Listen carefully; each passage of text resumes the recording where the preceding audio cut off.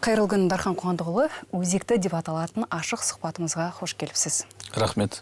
Көрермендерге құлақ қағыс қылып айта кетейін, енді Дархан Қуандықұлының министрлігі ақпарат және қоғамдық даму болғандықтан біздің тараптан қоғамда қызу талқыланып жатқан жалпы күн тәртібіндегі өзекті мәселелерге қатысты тұрақты түрде сұхбаттасып тұрсақ деген ұсыныс болған. Ұсынысты қабыл алғаныңызға көп-көп рахмет сізге. Мүмкіндік бергендеріңіз үшін сіздерге де рахмет. Қоғамдағы өзекті мәселелердің бірі бізде тіл мәселесі.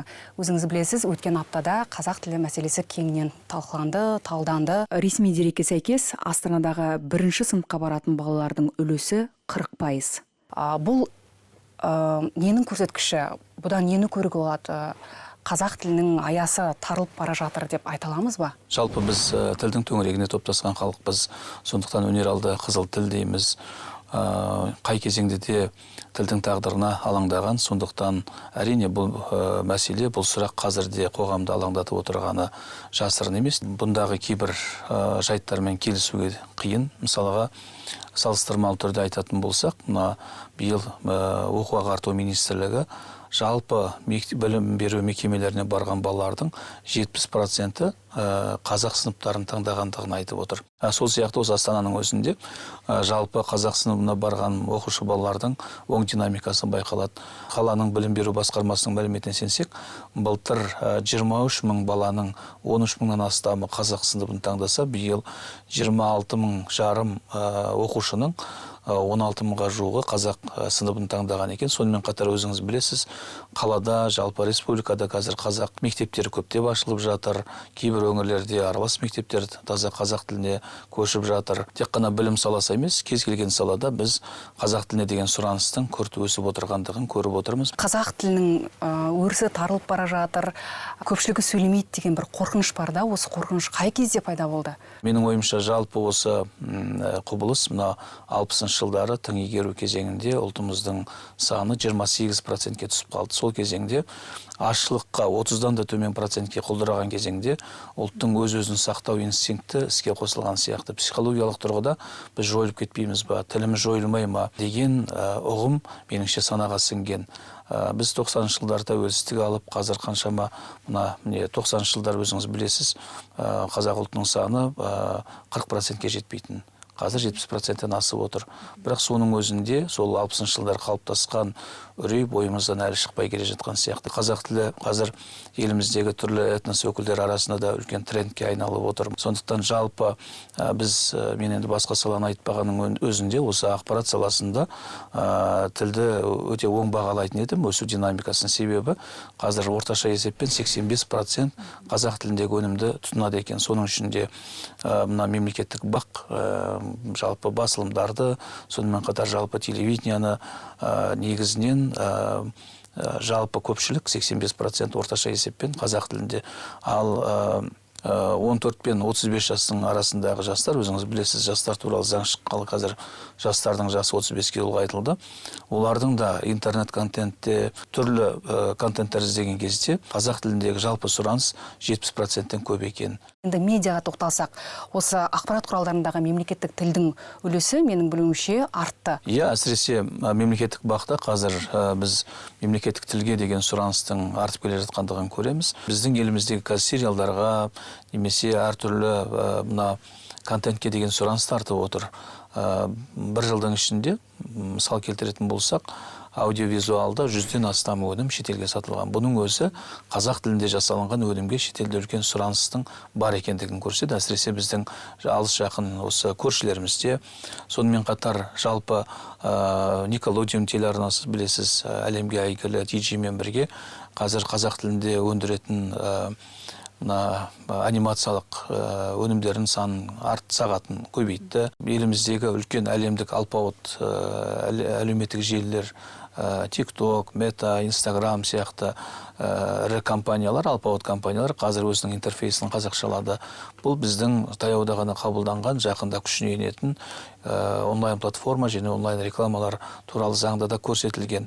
Ол заң күшіне енгеннен кейін қазір біз бәрінен сол интерфейсін қазақшалауды, жалпы модерацияны, сонымен қатар қазақ тіліндегі монетизацияны осыларды біз талап ете бастаймыз. Демек, оның өзі де жаңа заңмен бірге қазақ тілінің мемлекеттік тілдің қолданыс аясы кеңейе түседі деген сөз. Сол сияқты бізде масс-медиа туралы заң жобасында да демографиялық өсімге сәйкес 70-30 бұрын 50-50 болды, білесіз. 70-30 деген ұсынысты енгізіп отырмыз. Өткен аптада ресейлік Царьград сайтының Қазақстан аумағында бұғатталғаны белгілі болды. Бұл да қоғамда үлкен резонанс туғызды, біраз талқылады.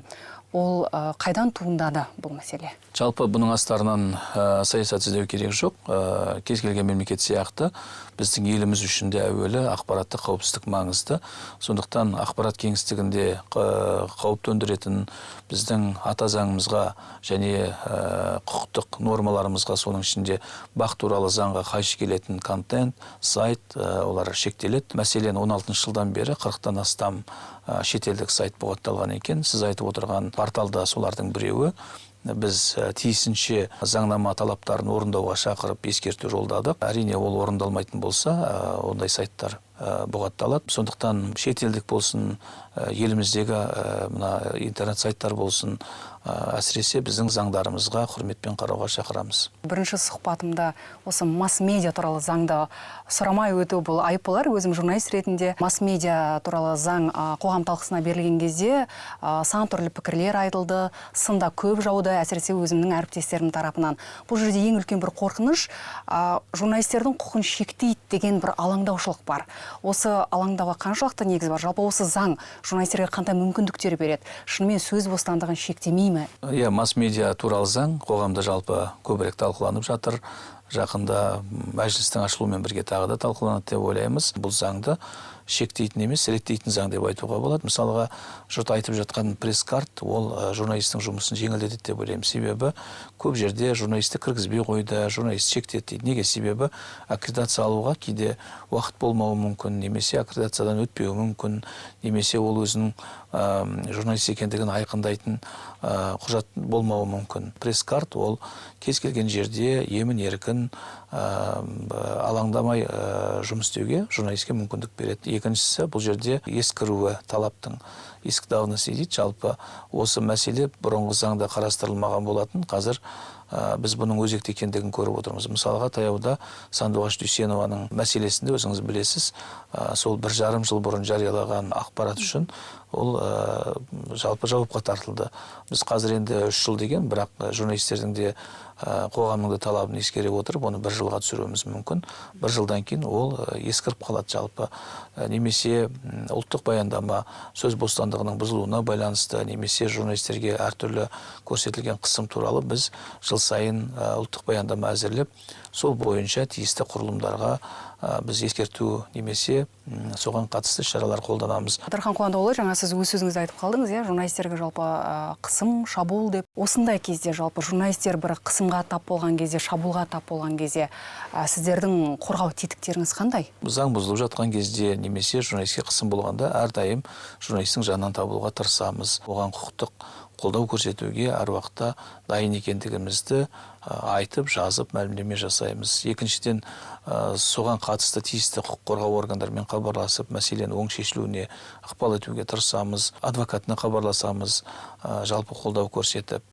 Батырхан Қуандықұлы, өзекті сұхбатымызға келіп, өзекті сауалдарымызға жауап бергеніңізге көп-көп рахмет айтамыз. Алдағы уақытта тағы да сұхбатқа күтеміз. Рахмет сізге.